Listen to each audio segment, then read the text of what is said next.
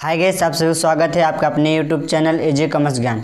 तो अभी तक मेरे इस चैनल को सब्सक्राइब नहीं किया तो सब्सक्राइब कर लीजिए और बेल आइकन को प्रेस कर दें ताकि मैं जब भी इस तरह का वीडियो अपलोड करें सबसे पहले आपके पास नोटिफिकेशन पहुंचे।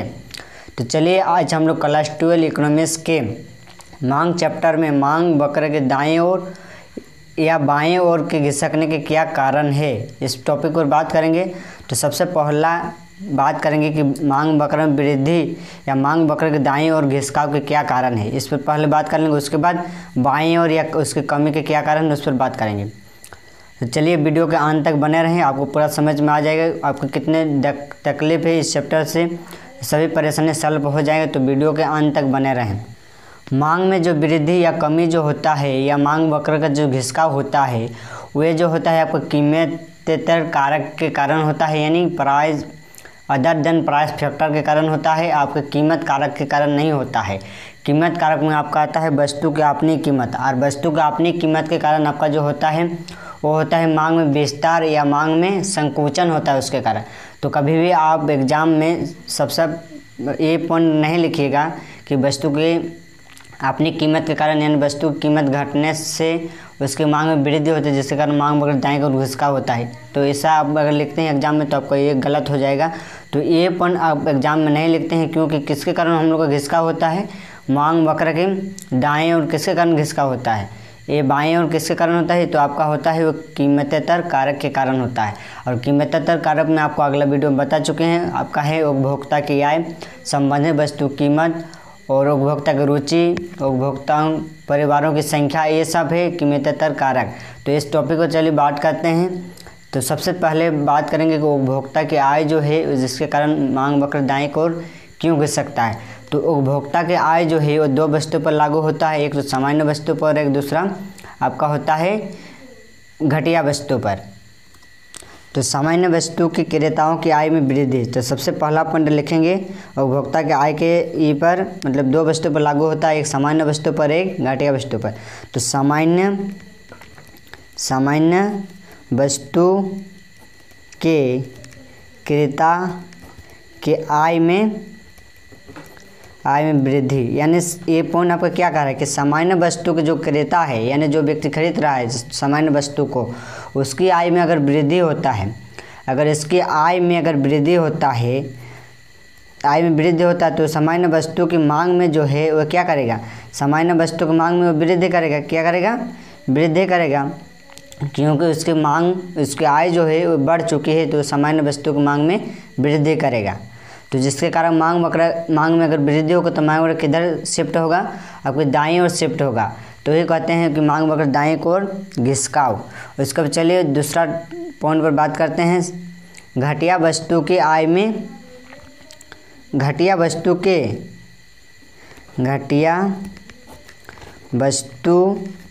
के क्रेता के आय में कमी, यानी ये पॉइंट आपको क्या कह रहा है कि घटिया वस्तु जो क्रेता खरीद रहा है उसकी आय में अगर कमी होगा, अगर उसकी आय में अगर कमी होगा तो उस वस्तु की मांग में, घटिया वस्तु की मांग में क्या हो जाएगा, वृद्धि होगा, जिसके कारण मांग वक्र दाएं ओर शिफ्ट होता है। तो क्यों होता है, अगर उपभोक्ता की आय घटेगी तो उपभोक्ता की आय घटेगी तो घटिया वस्तु की मांग में क्यों वृद्धि होता है, क्योंकि पहले जो उपभोक्ता थे वे जो क्या खरीद रहे थे, सामान्य वस्तु खरीद रहे थे। क्या वस्तु खरीद रहे थे, सामान्य वस्तु। अब जो उपभोक्ता की आय घट गई है, उपभोक्ता की आय घट गई है तो उपभोक्ता फिर अपने औकात पर आ जाता है क्योंकि उसके जो आय है इनकम जो है वो घट चुकी है। तो फिर घटिया वस्तु ज्वार बाजरा सबको घटिया वस्तु कहते हैं। तो वे सब का मांग में जो मकई ये सब का मांग में जो है वो वृद्धि कर देता है घटिया वस्तु की, जब उपभोक्ता की आय में कमी हो जाता है। और जब उपभोक्ता की आय में वृद्धि होता है तो कैसे वस्तु को पसंद करता है, सामान्य वस्तु अच्छे वस्तु को पसंद करता है तो अच्छे वस्तु की मांग में वृद्धि करता है। तो ये डिफरेंस है दोनों में। घटिया वस्तु की क्रेता की आय में कमी होगा तो उपभोक्ता की आय में ये घटिया वस्तु की मांग में वृद्धि होगा। अगर सामान्य वस्तु क्रेता की आय में वृद्धि होगा तो सामान्य वस्तु की मांग में वृद्धि होगा। अब चलिए संबंधित वस्तु पर बात करते हैं। तो संबंधित वस्तु पर जो है उसमें दो वस्तु था, एक था आपका स्थानापन्न वस्तु, एक था आपका पूरक वस्तु। तो स्थानापन्न वस्तु का आय में स्थानापन्न वस्तु की कीमत में वृद्धि। तीसरा पॉइंट लिखेंगे स्थानापन्न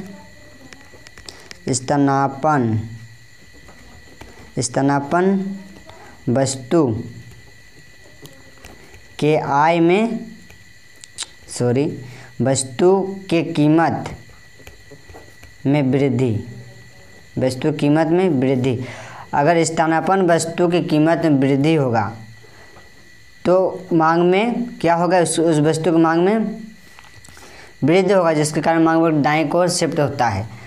तो स्थानापन्न वस्तु कौन सी वस्तु होगी, तो स्थानापन्न वस्तु वे वस्तु हैं जिसको एक दूसरे का स्थान पर प्रयोग किया जाता है, उसे तो हम लोग कहते हैं स्थानापन्न वस्तु।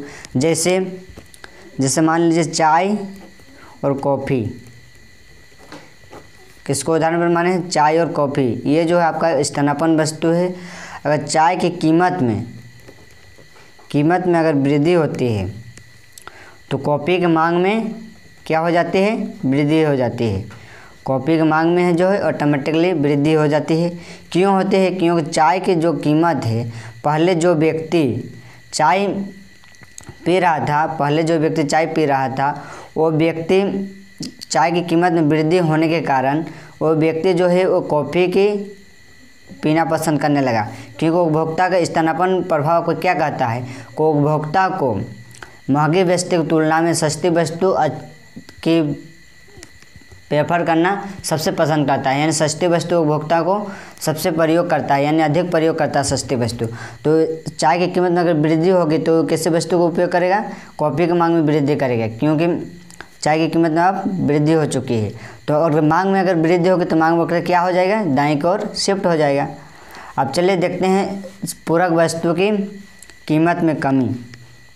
चौथा नंबर पॉइंट देखिए, पूरक वस्तु की कीमत में कमी। पूरक वस्तु की जो है उसकी कीमत में अगर कमी होगा तो मांग वक्र दाहिने की ओर शिफ्ट होगा, यानी दाहिने की ओर घिसका होगा।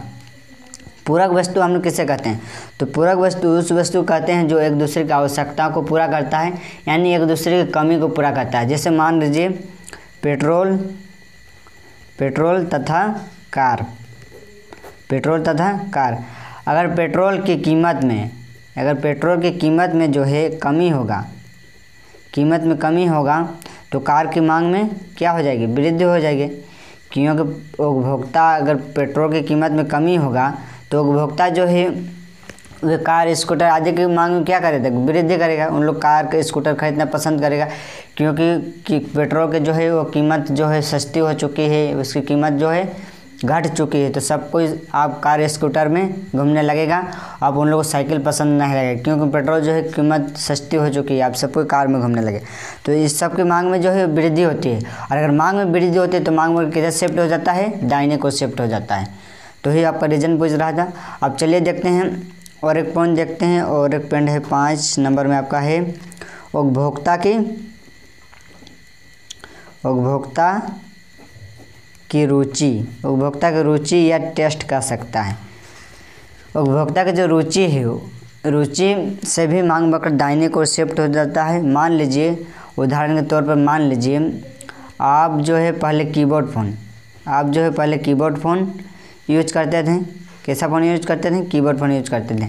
आपका पसंद चल गया, आपका जो टेस्ट है वो चल गया किधर, एंड्रॉयड फ़ोन की ओर।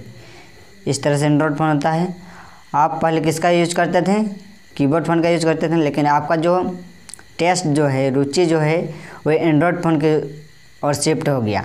तो इसकी मांग में क्या हो जाएगी, वृद्धि हो जाएगी। इसकी मांग में वृद्धि हो जाएगी उपभोक्ता की रुचि के कारण, यानी इसका रुचि एंड्रॉयड फ़ोन की ओर चला गया, यानी एंड्रॉयड फ़ोन की मांग में वृद्धि होगा। और मांग में वृद्धि होने के कारण क्या होता है, मांग में वृद्धि अगर होता है तो मांग वक्र दाहिने की ओर शिफ्ट हो जाता है, यानी दाहिने की ओर बढ़ जाता है, घिसका हो जाता है। तो उसे तो हम लोग कहते हैं मांग में वृद्धि, यानी मांग वक्र का दाईं ओर घिसकाव। अब चलिए और अगला पॉइंट, और एक पॉइंट लिख सकते हैं। अगर आपका एग्जाम में 6 मार्क्स आता है तो आप और एक पॉइंट लिख सकते हैं, 6 नंबर पॉइंट लिख सकते हैं, परिवार की संख्या में वृद्धि। परिवार की संख्या में वृद्धि या बढ़ना, परिवार की संख्या में वृद्धि या बढ़ना।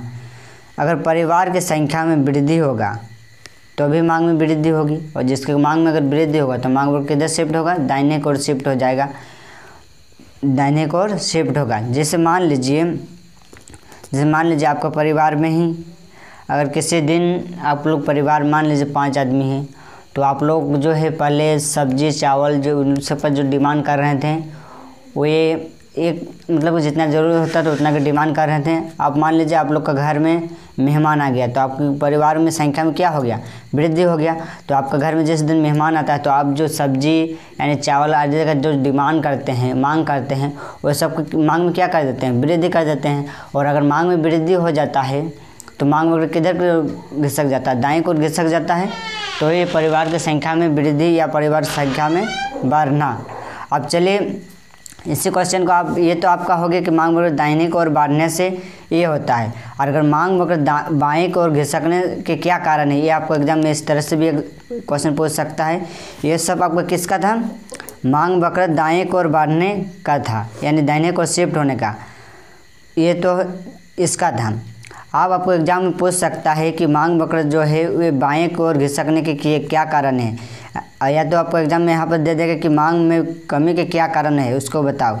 तो आप यहाँ पर ठीक इसका अपोजिट कर देंगे तो आपका उसका भी आंसर हो जाएगा, तो आपको लर्न करने में भी इजी हो जाएगा। तो देखिए यहाँ पर हम जो लिखे हैं सामान्य वस्तु क्रेता की आय में वृद्धि, यहाँ पर आप अगर आपको पूछता है कि मांग वक्र बाईं ओर घिसकने के क्या कारण है, तो यहाँ पर आप कमी लिख दीजिएगा, और यहाँ पर लिखे घटिया वस्तु क्रेता की आय में कमी, तो यहाँ पर आप लिख दीजिएगा घटिया वस्तु की क्रेता की आय में वृद्धि। फिर यहाँ पर आप लिखिएगा स्थानापन्न वस्तु के कीमत में वृद्धि, इस जगह पर आप लिख दीजिएगा स्थानापन्न वस्तु की कीमत में कमी। फिर लिख दीजिएगा अगला पॉइंट में पूरक वस्तु की कीमत में कमी, इस जगह आप लिख दीजिएगा पूरक वस्तु की कीमत में वृद्धि। ठीक है, इसका अपोजिट उपभोक्ता की रुचि में, तो उपभोक्ता की रुचि में इसका एंड्रॉयड फ़ोन की ओर चल गया था, इसका टेस्ट रुचि जो है एंड्रॉयड फ़ोन की ओर चल गया था, लेकिन वैसा ना होकर ये कीबोर्ड फ़ोन में ही इसका रुचि रहेगा, पहले जिसमें रुचि था उसी में रहेगा, तो इसकी मांग वक्र बाएं की ओर घिसक जाता है। उसका लिख सकते हैं परिवार संख्या के बढ़ना, यहाँ पर हम लोग लिखेंगे परिवारों की संख्या की घटना। इस पर आप उदाहरण के तौर पर लिख सकते हैं कि मेरा घर में 5 व्यक्ति थे, वहाँ पर हम लोग अगर कोई मेहमान घर चल जाता है तो हम लोग संख्या में जो पहले जो वृद्धि था वो वृद्धि जो है घट गया। तो यहाँ पर ठीक उसका अपोजिट उदाहरण भी लिख सकते हैं। तो आप जितना अधिक उदाहरण से समझाते हैं उस आपको एग्ज़ाम में उतना अधिक मार्क्स मिलता है, और उसमें मार्क्स जो है वो काटने की संभावना नहीं रहता है। तो आई होप आपको यहाँ तक समझ में आ गया है कि सामान्य वस्तु की क्रेता की आय में अगर वृद्धि होगी तो उपभोक्ता जो है उस वस्तु की मांग में वृद्धि करेगा। अगर घटिया वस्तु क्रेता की आय में अगर कमी होगी तो उपभोक्ता जो है उस वस्तु की मांग में वृद्धि करेगा। अगर स्थानापन्न वस्तु की कीमत में अगर वृद्धि होगी स्थानापन्न वस्तु की, तो उपभोक्ता जो है उस वस्तु की मांग में वृद्धि करेगा। अगर पूरक वस्तु कीमत में अगर कमी होगी तो उपभोक्ता जो है उस पूरक वस्तु की मांग में वृद्धि करेगा, जिसके कारण मांग वक्र दाहिने की ओर शिफ्ट हो जाता है। उसी तरह रुचि में शिफ्ट हम लिख सकते हैं। तो आई होप आपको पूरा समझ में आ गया है। अगर कहीं पर अगर डाउट रहता है या दिक्कत रहता है तो आप हमें कमेंट बॉक्स में कमेंट करके बता दीजिए। और आपको और एक बात हम बता दे रहे हैं कि अगर आप कीमत कारक सबसे पहला पॉइंट सबके दिमाग में आता है, कीमत कारक वाला पॉइंट कि वस्तु की अपनी कीमत, तो वो पॉइंट अभी कभी भी आप गलती से भी नहीं लिखिएगा। ये आप कान खोल के सुन लीजिए कि वस्तु की अपनी कीमत के कारण मांग वक्र दाहिने की ओर दाएं या बाएं ओर नहीं घिस सकता है। उसका जो है जो मांग अगर वस्तु कीमत में अगर कमी या वृद्धि होगा तो उससे सिर्फ मांग वक्र का जो है वो संचालन होता है, यानी विस्तार या संकुचन होता है। तो वो पॉइंट आप गलती से भी नहीं लिखिएगा, जिससे आपको बहुत अधिक नुकसान हो सकता है। यानी एग्जामिनर आपको जो सोचेगा कि इसको तो कंसेप्ट ही क्लियर नहीं है, उस पर आपका नंबर कट सकता है, यानी मार्क्स कट सकता है। तो ये बात को ध्यान में रखें। तो चलिए आप वीडियो के अंत तक बने रहने के लिए मैं आपको बहुत बहुत धन्यवाद देता हूँ। और चलिए कमेंट करके कमेंट बॉक्स में बता दीजिए कि आपको समझ में आया या नहीं आया। समझ में आया तो वीडियो को लाइक करें और शेयर करें। तो चलिए धन्यवाद।